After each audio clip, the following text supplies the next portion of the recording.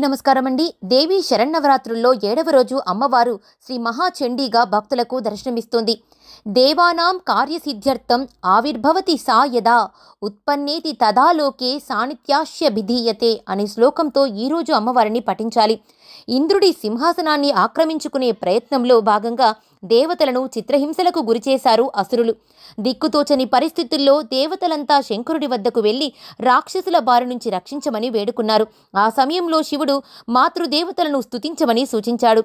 అప్పుడు దేవతలంతా కలిసి మాతృదేవతలను స్తుతించగా లక్ష్మి, సరస్వతి, గౌరి ఈ ముగ్గురి శక్తి కలిపి ఓ రూపం ఆవిర్భవించింది. ఆ రూపమే చండీదేవిగా వెలిసి రాక్షసులను సంహరించి దేవతలకు రక్షణగా నిలిచింది. ఈరోజు అమ్మవారికి బంగారు రంగు వస్త్రాన్ని అలంకరించి కట్టె పొంగలిని నైవేద్యంగా నివేదన చేయాలి. ఈరోజు అమ్మవారిని ప్రార్థించడం వల్ల విద్య, కీర్తి, సంపదలు లభిస్తాయి. జై